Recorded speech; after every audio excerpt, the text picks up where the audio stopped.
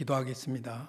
하나님 우리 아버지, 하나님이 하시는 모든 일에는 하나님의 선하신 뜻이 있음을 믿습니다. 그래서 모든 영광을 아버지께 돌립니다. 하오나 우리를 불쌍히 여겨 주시옵소서. 우리의 상황이 어렵고 힘이 듭니다. 대면 예배의 위험 때문에 부족한 종이 홀로 강단에 섰습니다. 어두울수록 밝히 비추시는 주의 은혜의 빛을 우리에게 비추사 이 시간도 필요한 은혜로 채워 주시옵소서. 우리 중한 가족들의 영혼의 고요함과 평안을 주시고 안전하게 지켜주시며 치유와 회복의 은총을 주시옵소서. 어려움 속에서도 포기하지 않고 마음의 주님을 갈망하며 드리는 우리의 예배를 받으시옵소서. 이 시간도 스승이신 우리 주의 성령께서 사도행전 강해를 통해서 우리에게 말씀하여 주시옵소서. 예수님의 이름으로 기도하옵나이다. 아멘. 감사합니다. 오늘은 사도행전 16장 16절부터 마지막 40절까지 보겠습니다. 사도행전 16장 16절에서 40절까지입니다. 또 우리 한번 같이 또박또박 읽겠습니다. 우리가 기도하는 곳에 가다가 점치는 귀신 들린 여종 하나를 만나니 점으로 그 주인들에게 큰 이익을 주는 자라. 그가 바울과 우리를 따라와 소리질러 이르되 이 사람들은 지극히 높은 하나님의 종으로서 구원의 길을 너희에게 전하는 자라 하며 이같이 여러 날을 하는지라. 바울이 심히 괴로워하여 돌이켜 그 귀신에게 이르되 예수 그리스도의 이름으로 내가 내게 명하노니 그에게서 나오라 하니 귀신이 즉시 나오니라. 여종의 주인들은 자기 수익의 소망이 끊어진 것을 보고 바울과 실라를 붙잡아 장터로 관리들에게 끌어갔다가 상관들 앞에 데리고 가서 말하되 이 사람들이 유대인인데 우리 성을 심히 요란하게 하며 로마 사람인 우리가 받지도 못하고 행하지도 못할 풍속을 전한다 하거늘 무리가 일제히 일어나 고발하니 상관들이 옷을 찢어 벗기고 매로 치라 하여 많이 친 후에 옥에 가두고 간수에게 명하여 든든히 지키라 하니 그가 이러한 명령을 받아 그들을 깊은 옥에 가두고 그 발을 착고에 든든히 채웠더니 한밤중에 바울과 실라가 기도하고 하나님을 찬송하며 제수들이 듣더라. 이에 갑자기 큰 지진이 나서 옥터가 움직이고 문이 곧 다 열리며 모든 사람의 매인 것이 다 벗어진지라.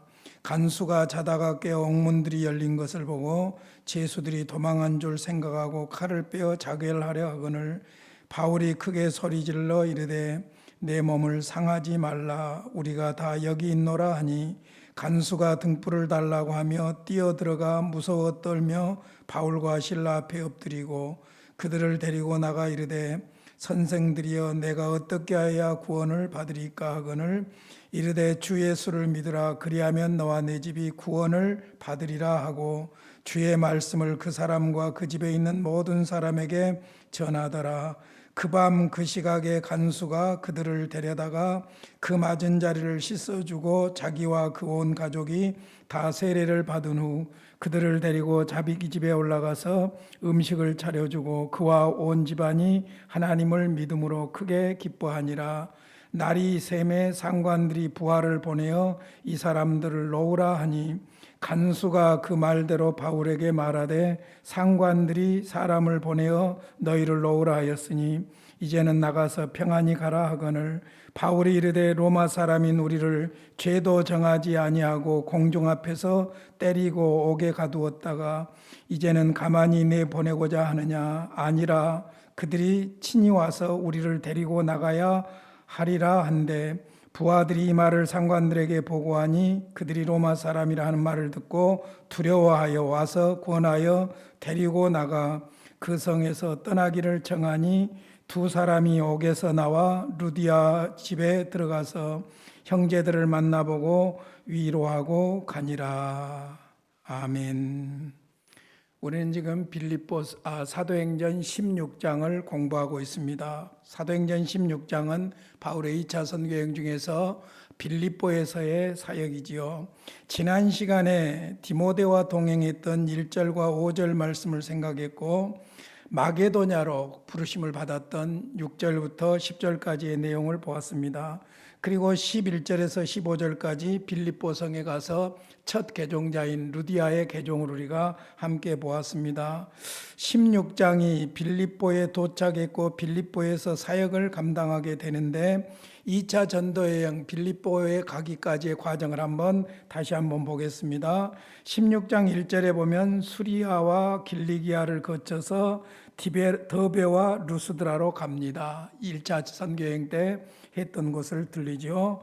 그리고 나서는 16장 5절에 보면 부르기아와 갈라디아로 가게 되고 이제 16장 6절에 보면 무시아 북쪽 비드니아로 가려고 예를 썼는데 성령께서 그 길을 막습니다. 그리고 이제 두로아 쪽으로 가서 환상을 보게 되는데 마게도냐 사람 한 사람이 서서 와서 우리를 도우라는 환상을 보여주지요. 그래서 바울 일행이 이것이 하나님의 뜻으로 알고 두로아에서 배를 타고 사모드라게로 그리고 네아폴리로 그리고 빌립보까지 가게 됩니다. 그래서 마게도냐 유럽의 첫 성인 빌립보에서 이제 복음을 전하게 되는데 거기에서 루디아가 예수님을 영접하게 된 사건이 바로 11절로 15절까지의 사건이었습니다.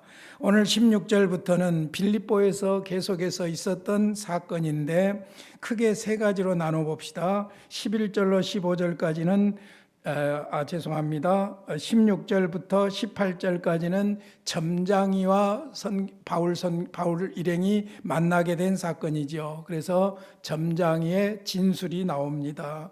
그리고 이제 19절에서 34절까지는 간수가 개정하는 사건이 일어나고 마지막 35절에서 40절까지는 바울과 실라가 옥에서 놓이게 되는 사건으로 기록됩니다.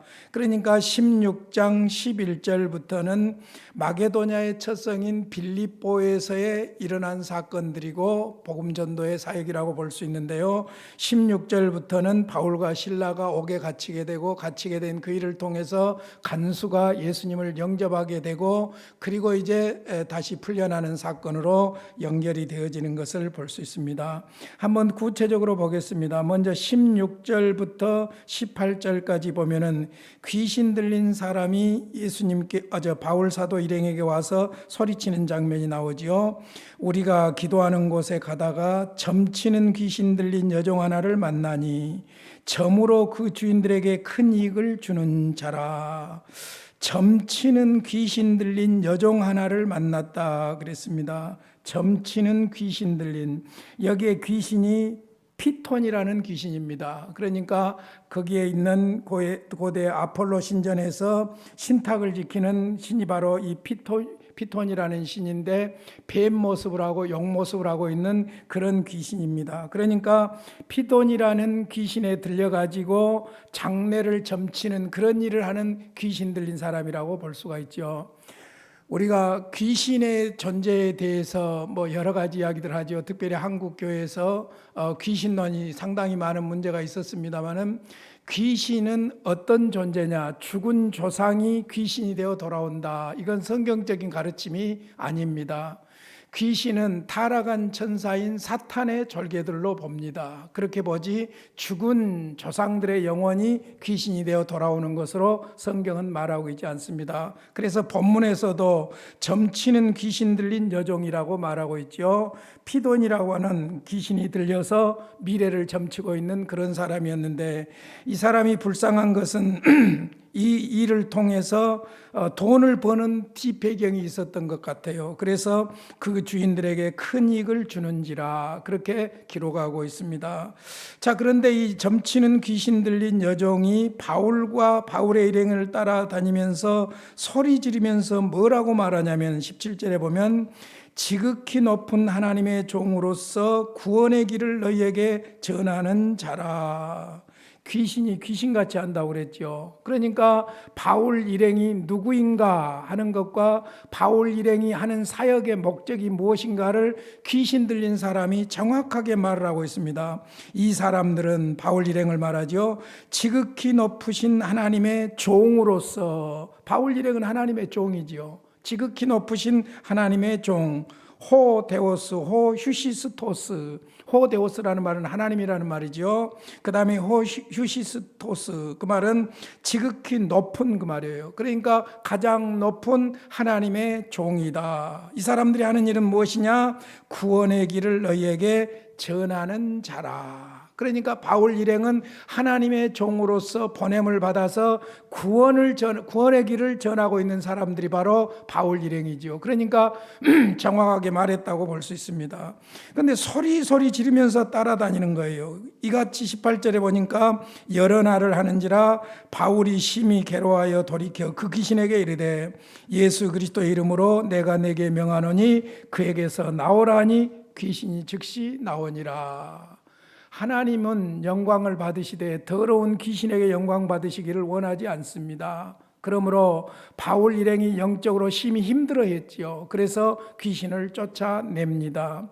자, 그랬더니 이제 어떤 문제가 벌어지냐면은 19절부터 여종의 주인들은 자기의 수익의 소망이 끊어진 것을 보고, 그러니까 이 점치는 귀신 들린 점치는 여인의 수입을 가지고 먹고 사는 사람들이었어요. 그러니까 여기에 여종의 주인들이라고 하는 것을 보면은 한두 사람이 아닌 것 같아요. 요즘으로 말하자면 조합 혹은 협회라고도 볼 수가 있겠죠. 귀신 들려서 점치는 사람들의 수입을 뒤에서 다 이렇게 가로채든지 맷대매수로 놨든지 뭐 이런 식으로 해서 먹고 산 사람들이라고 볼 수가 있는 것입니다. 그러니까 귀신이 나가버리니까 점을 칠 수가 없잖아요. 그러니까 수익의 소망이 끊어진 것을 보고 바울과 실라를 붙잡아 장터로 관리들에게 끌어갔습니다. 자, 장터는 요즘 우리가 말하는 장사만 하는 그런 장터가 아니에요.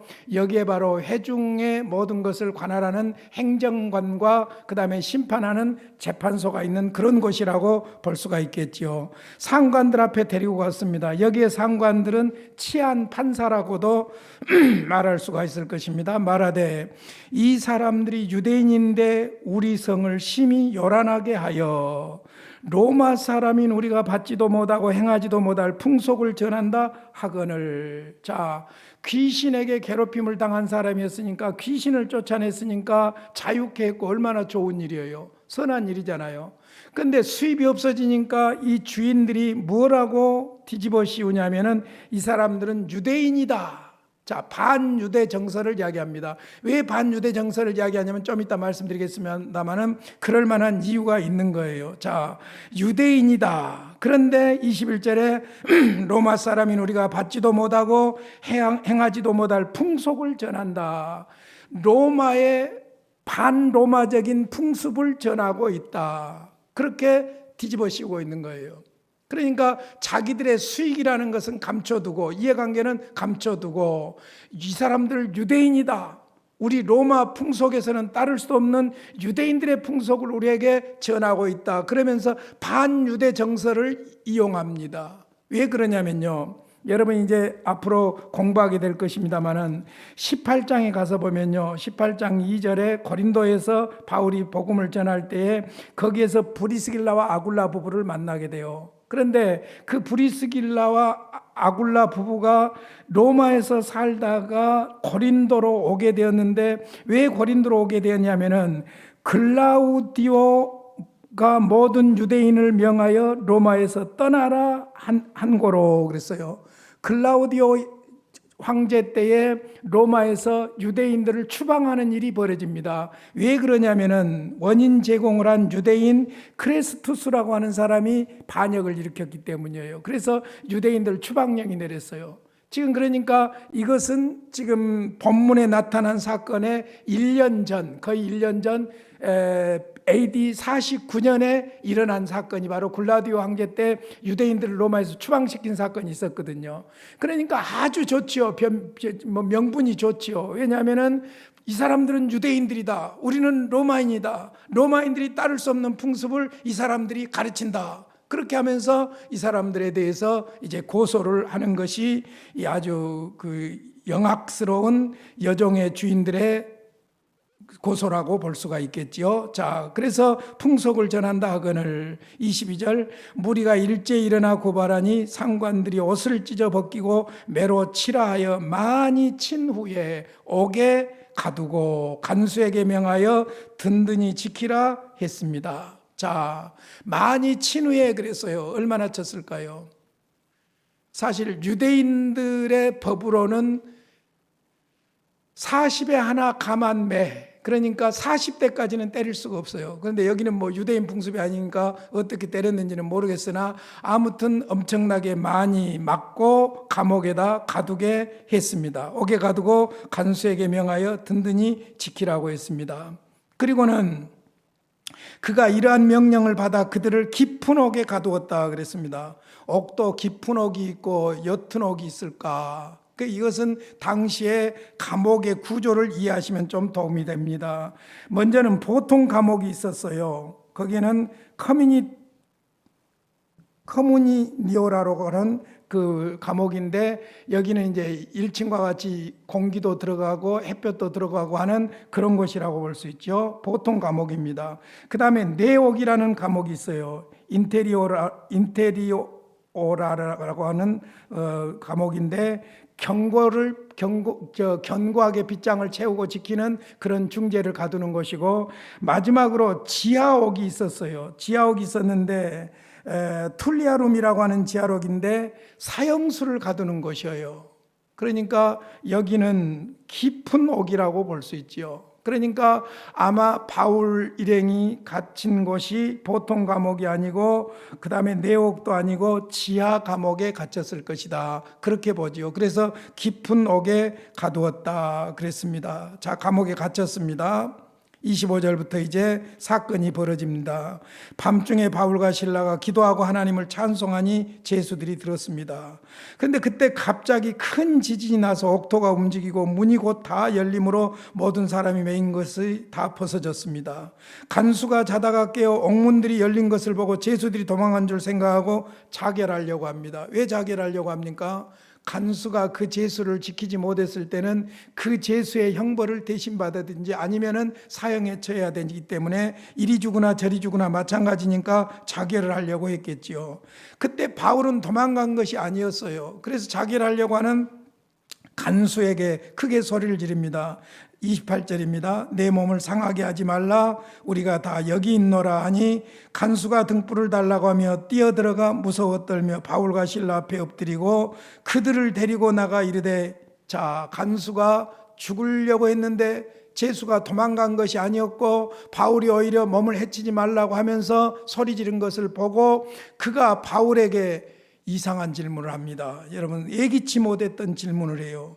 그들을 데리고 나가 이르되, 선생들이여, 내가 어떻게 하여야 구원을 받으리까 하거늘. 어떻게 하여야 구원을 받으리까? 이제 정확한 내용인지는 모르겠으나 저는 본문을 묵상하면서 어떤 생각이 들었냐면은 17절에서 점치는 귀신 들린 여종이 몇 날 며칠을 소리 지르면서 했던 말이 있죠. 바울 이 사람들이 누군가 하는 문제와 무엇을 하는 사람들인가 하는 것을 알렸지 않습니까? 이 사람들은 지극히 높은 하나님의 종으로서 구원의 길을 너희에게 전하는 자들이다, 그러고 외쳤단 말입니다. 그러니까 이 사람들이 하는 일이 구원을 전하는 길이라는 것을 간수도 알고 있었다는 거예요. 그러니까 바울 일행을 데리고 나가서 선생들이여, 내가 어떻게 하여야 구원을 받으리까 합니다. 이때 사실 바울은 이것을 위해서 지금 존재하고 있지 않습니까? 31절 우리 같이 읽겠습니다. 유명한 말이지요. 시작. 이르되 주 예수를 믿으라, 그리하면 너와 내 집이 구원을 받으리라 하고. 주 예수를 믿으라. 여기서 중요한 말이 믿음이에요. 누구를? 예수를.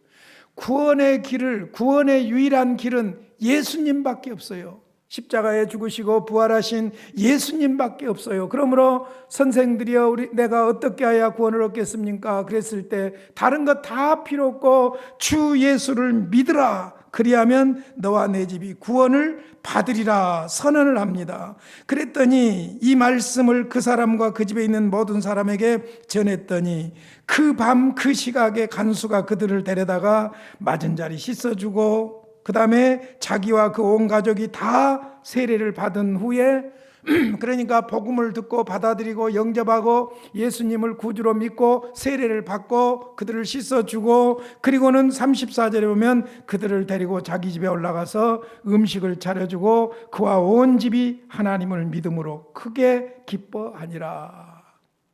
감옥에 갇혔으니까 바울 일행의 복음을 위한 하나님의 목적이 삐뚤어졌느냐? 아니에요. 감옥을 통해서 하나님은 일하시도록 섭리하고 계셨어요. 루디아만 예수님을 영접한 것이 아니라 오히려 점치는 귀신 들린 여종으로 인해서 그 주인들이 이해관계로 감옥에다 가두었으나 오히려 하나님께서는 감옥에서 하나님의 살아계신 기적을 베푸심으로 말미암아 오히려 간수의 가족이 예수를 믿는 놀라운 일이 벌어진 거예요. 이렇게 보면 이제 빌립보 교회 교인들은 루디아의 집에서 모이게 되었고, 루디아의 가족을 이시해서 이제 간수의 가족 친지들까지 더해졌다고 볼 수 있죠. 여러분, 개척교회가 이 정도면 성공한 거 아니에요? 한 가정, 두 가정, 세 가정 모이다 보면은 그렇게 해서 교회가 커져가는 거 아니에요? 그래서 유럽의 첫 교회인 마게도냐의 첫 교회인 빌립보 교회가 왕성하게 성장하게 된 것이지요. 자, 이제 35절부터 40절까지는 바울 일행이 이제 석방되는 사건이 나오는데 좀 싱거워요, 어떤 면에서 보면. 자, 35절 보세요. 날이 샘에 상관들이 부하를 보내어 이 사람들을 놓으라 하니. 밑도 끝도 없이 놓으라고 했어요. 자, 왜 놓으라고 했을까? 왜 놓으라고 했을까? 소위 상관들, 치안 판사들이 이제 밤중에 판단, 여러 가지로 사리 판단, 팩트, 요즘으로 말하자면 팩트 체크를 했겠죠. 그랬더니 팩트가 이 사람들이 유대 풍습을 전한 것도 아니고 귀신 들린 사람에게 귀신 쫓아낸 것밖에 없어요. 그러니까 먼저는 무엇보다도 팩트가 정확하게 판단이 되었을 것이고, 두 번째로는 분위기도 무시 못할 거예요. 아마 밤중에 옥문이 열리는 지진이 일어났으니까 그 온 동네가 움직였을 거 아니에요. 그냥 뭐 옥만 움직인 것은 아니었을 것이니까, 큰 지진이라고 했으니까. 여러분, 지금하고도 다르게 그때 당시에는 자연의 이변들이 있으면요 부들부들 떱니다. 하나님의 역사하고 연관을 시키기 때문이에요. 벌받지 않는가 이런 생각을 하기 때문이죠. 그러니까 어찌됐든 팩트체크가 됐을 것이고, 거기에다가 밤중에 큰 지진이 있어가지고 흔들리는 일이 있었기 때문에 이거 뭔가 하나님의 종들을 가둬가지고 문제가 생기지 않았는가 이런 생각을 가질 수도 있었겠죠. 그러니까 조건 없이 석방을 명령을 내린 거예요. 놓으라 했어요. 그래서 간수가 그 말대로 바울에게 말하니까 바울이 37절입니다. 로마 사람인 우리를 죄도 정하지 아니하고 공중 앞에서 때리고 옥에 가두었다가 이제는 가만히 내보내고자 하느냐? 아니라 그들이 친히 와서 우리를 데리고 나가야 하리라. 오히려 역으로 이제 바울 일행이 거기에서 권리를 행사합니다. 로마 시민이라는 말을 지금 한 것이 적당하죠. 왜냐하면은 이제 민중들이 협회가 일어나가지고 난리를 칠 때 로마 시민이라고 해봐야 변명이라고 할 것이고 문제가 생길 거 아닙니까? 그러니까 이때 우리는 로마 시민이다. 그런데 로마 시민인 우리를 죄도 없이 두들겨 패놓고 감옥에 가뒀다가 그냥 내보내냐? 아니다, 와서 사과해라. 그리고 우리를 내보내라. 그러니까 부하들이 가서 상관에게 그 말을 보고했더니 로마 사람이라는 말을 듣고 부들부들 떱니다. 여러분, 그때 당시에 로마 시민은 대단한 권리였어요. 요즘 미국 시민권 하는데 그것하고도 뭐 견줄 수 없는 엄청난 권리라고 볼 수가 있는 것이죠. 그러니까 두려워했습니다. 그래서 와서 권해가지고 잘못했다고 하고 데리고 나가서 그 성에서 떠나달라고 요청을 합니다. 그랬더니 두 사람이 옥에서 나와, 두 사람은 누굽니까? 바울과 실라지요. 루디아의 집에 들어가서 형제들을 만나보고 위로하고 가니라 그랬습니다. 자, 여기 그냥 지나칠 것이 아니라 두 사람이 옥에서 나와 루디아 집에 들어가서 형제들을 만나보고 위로하고 가니라 그랬어요. 근데 여러분들이 17절, 16절에 보면 우리가 기도하는 곳에 가다가 그랬고, 17절에는 그가 바울과 우리를 따라와 그랬어요. 바울과 우리를 분리시키고 있는 걸 볼 수 있어요. 여기서 우리라고 할 때는 반드시 누가 포함이 됩니까? 지금 사도행전을 기록하고 있는 누가가 포함이 되죠. 그러니까 누가가 이 여행에서 함께 했다는 것이에요. 그리고 누가는 이 지금 제2차 선교여행을 기록하면서도 바울이 중심이 돼서 선교여행을 하고 있다는 것을 이야기하고 있고, 그러므로 바울과 우리라는 것을 구별시키고 있는 것을 볼 수 있어요. 그리고는 이제 두 사람이 옥에서 나왔고 루디아 집에 들어갔고 형제들을 만나서 보고 위로하고 갔어요. 그러니까 여기서 바울과 실라 일행은 떠나고 빌립보에서 떠나고 누가는 빌립보 쪽에 남았다는 것을 암시하고 있는 것입니다. 그러나 어찌됐든 이렇게 해서 빌립보서의 사역이 마무리되고 기록이 마무리되고 있습니다. 자, 오늘 본문을 통해서 특별히 25절 말씀, 한밤중에 바울과 실라가 기도하고 하나님을 찬송하며 제수들이 듣더라. 감옥에서 한밤중에 바울 일행이 했던 일을 통해서 우리 삶에 한 가지 적용을 하려고 합니다. 인생이 힘들어서 어두울 때 우리는 어떻게 처신할 것인가? 인생이 캄캄한 칠같이 어두운 밤과 같이 힘들 때 어떻게 할 것인가? 25절 다시 한번 우리 같이 읽겠습니다. 시작. 밤중에 한밤중에 바울과 실라가 기도하고 하나님을 찬송하며 제수들이 듣더라. 자, 감옥에 갇혔어요. 억울하게 갇혔어요. 복음 전하는 바울 사도 일행이 억울하게 두들겨 맞았어요. 억울하게 감옥에 갇혔어요. 캄캄한 밤입니다. 울어야 합니다. 꺼이꺼이 서러워하고 불평하고 원망해야 됩니다. 그런데 바울과 실라는 한밤중에 하나님 앞에 기도하고 있는 것을 볼 수 있습니다. 인생이 힘들어 어두울 때에 개인적으로나 가정적으로나 교회적으로 인생이 힘들고 어두울 때에 우리가 어떻게 처신할 것인가? 먼저는요, 입을 다무는 것이 중요합니다. 먼저는요, 말을 삼가하는 것이 중요해요. 왜 그러냐면요, 우리가 한 예를 들어보자면 화날 때 말하면 실수합니까? 안 합니까? 실수하지요. 화가 올라왔을 때 화난 대로 말해버리면요, 반드시 후유증이 생깁니다. 문제가 생깁니다. 그러니까 화날 때, 어두울 때, 슬플 때, 마음에 상처받았을 때는 가능하면 일단 입을 다물어야 돼요.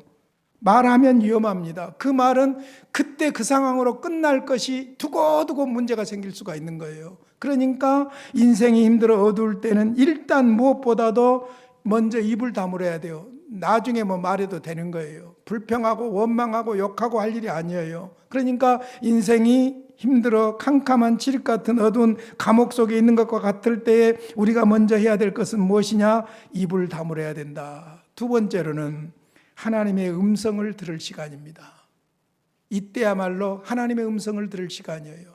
그래서 바울과 실라는 감옥에서 뭐 됐습니까? 기도했어요. 그리고 찬송했어요. 하나님의 음성을 듣기를 원했던 것이지요. 기도할 시간입니다. 그리고는 그때 하나님께서 음성을 주시죠. 그리고 그 음성을 듣고 그 음성대로 순종하는 것이 바로 어두울 때, 인생이 힘들어 어두울 때 우리가 해야 될 처신인 줄로 믿습니다. 그러니까 힘들고 어려우면 일단 입은 닫고 하나님 앞에 나아가서 하나님의 음성을 들으려고 해야 되고, 하나님이 말씀하실 때 우리는 그 말씀하신 대로 자신을 살피면서 순종해 나갈 때 캄캄한 밤 어두움의 인생길이 주의 뜻대로 헤쳐져 나가게 될 줄로 믿습니다. 여러분 보세요. 바울이 어둠 속에서 캄캄한 한밤중에 감옥에서 기도하고 찬송한 결과가 무엇입니까? 하나님이 역사하셨죠. 일단 큰 지진이 나서 옥문이 열렸지요. 그로 인해서 바울 사도를 빌립보에 보낸 목적이 있는데 영혼 구원이죠. 그 영혼 구원의 놀라운 결과를 가져옵니다. 그게 뭐예요? 간수가 선생들이여 우리가 어떻게 하여 구원을 얻으리까? 선생들이여 내가 어떻게 하여 구원을 얻으리까? 그때 정확하게 바울 사도가 주 예수를 믿으라 그리하면 너와 내 집이 구원을 얻으리라. 이것이 바로 바울 선교의 목적이었고, 훤하나 어두우나 기쁘나 슬프나 하나님은 바울 사도를 통해서 목적을 이루고 계신 줄로 믿습니다. 특별히 오늘 인생이 힘들어 어두울 때 입을 다물고 하나님의 음성을 들으십시오. 이 말을 제가 여러분에게 소개하게 된 배경이 있습니다. 제가 아침이면 오스왈드 챔버스의 주님은 나의 최고봉이라는 책으로 아침이면 묵상을 해요. 43세에 터키에서 순교하신 아주 1980년대 위대한 영국분인데요. 그분이 남겼던 글들을 큐티식으로 하는 것인데 거기에 보면은 마태복음 10장 27절 예수님이 제자들에게 주셨던 말씀을 가지고 그런 이야기를 하고 있어요. 마태복음 10장 27절 먼저 소개해 드릴게요.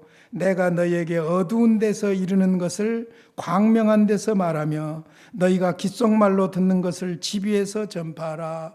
마태복음 10장은 여러분 예수님이 제자도를 말씀하고 계시거든요. 그런데 아주 여러 가지 어려움 당할 것을 이야기하면서 지금 예수님이 제자들에게 하고 있는 이 말들은 어쩌면은 비밀과 같은 말이에요. 비밀과 같은 말이에요. 그래서 어두울 때, 어두운 데서 이르는 말이라고 말하고 있습니다. 그런데 이것이 광명한 대낮같이 선포할 때가 온다는 거예요. 그때가 바로 성령이 오시고 나서 사도들이 예수 그리스도를 전했던 그 사건을 말하는 것이죠. 그러니까 어두운 때는 주님의 음성을 들어야 돼요. 하나님의 말씀을 들어야 돼요. 내 말을 할 때가 아니라는 거예요. 그리고는 그 말씀을 잘 들으면 나중에 형제들에게 어려움 당한 사람들에게 대낮처럼 말할 때가 올 것이라는 거예요. 그것을 말하죠. 그래서 거기 오스왈드 챔버스가 주님은 나의 최고봉이라는 책에서 이 부분을 말씀하면서 이렇게 말하고 있어요. 좀 길지만은 제가 읽어드리겠습니다. 너무 좋으니까요. 때때로 하나님께서는 우리에게 하나님의 음성을 듣는 자세를 가르치기 위해 어둠을 지나가게 하십니다.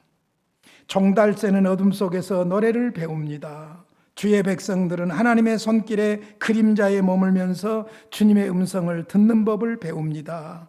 내가 너희에게 어두운 데서 이르는 것을 하나님께서 우리를 어두운 곳에 두시면 주위에서 입을 다무십시오. 만일 당신이 어두울 때 입을 열면 잘못된 기분 속에서 말하게 될 것입니다.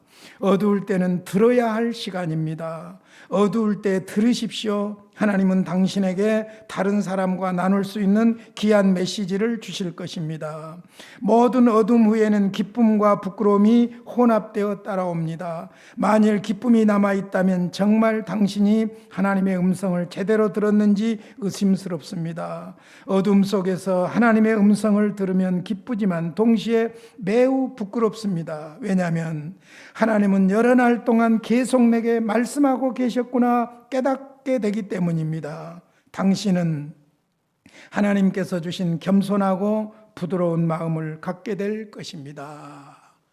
어둠이 우리에게 찾아왔을 때 입을 다물고 하나님의 음성을 들으려고 하나님 앞으로 나아가게 되면 하나님은 말씀해 주실 것이고 그 말씀을 우리가 듣게 될 때 우리의 마음은 그만큼 부드러운 마음이 되고 겸손한 신앙이 될 것이라는 것입니다. 때때로 하나님께서 듣는 자세를 가르쳐 주기 위해서 우리를 어두움에 버려두신다는 겁니다. 사실 생각해 보면 인생의 형통한 날들에 의한 것보다 어렵고 힘든 날들로 인한 하나님께서 주신 음성이 많아요. 그리고 축복이 많아요. 그러므로 우리가 힘들고 어려울 때는 말부터 하려고 하지 말고 입을 다물고 오히려 하나님 앞으로 더 가까이 나아가서 하나님의 음성을 듣는 시간이다. 그렇게 하고 납작 엎드려서 하나님의 음성을 들을 때에 하나님께서 우리에게 광명한 데서 할 수 있는 말들을 주실 줄로 믿습니다. 이런 은혜가 여러분에게 넘치시기를 주님의 이름으로 축원합니다. 고마우신 아버지 감사합니다. 우리가 지금 상황적으로 어둠의 때를 지나고 있는 것 같습니다. 주님 도와주시옵소서. 먼저 우리의 생각을 지켜주시고 우리의 입술을 다물게 하여 주시옵시고 시끄럽게 하지 말고 떠들지 말고 주님 앞으로 나아가 기도하며 예배하며 하나님의 음성을 듣게 하여 주시옵소서. 그 음성대로 순종함으로 우리의 마음이 부드럽고 겸손한 그리스도인의 삶이 되게 하여 주시옵소서. 예수님의 이름으로 기도하옵나이다. 아멘. 주님 가르친 기도로 마치겠습니다. 하늘에 계신 우리 아버지여, 이름이 거룩히 여김을 받으시오며 나라 임하옵시며 뜻이 하늘에서 이룬 것 같이 땅에서도 이루어지이다. 오늘날 우리에게 일용할 양식을 주옵시고 우리가 우리에게 죄 지은 자를 사하여 준 것 같이 우리 죄를 사하여 주옵시고 우리를 시험에 들게 하지 마옵시고 다만 악에서 구하옵소서. 대개 나라와 권세와 영광이 아버지께 영원히 싸움나이다. 아멘.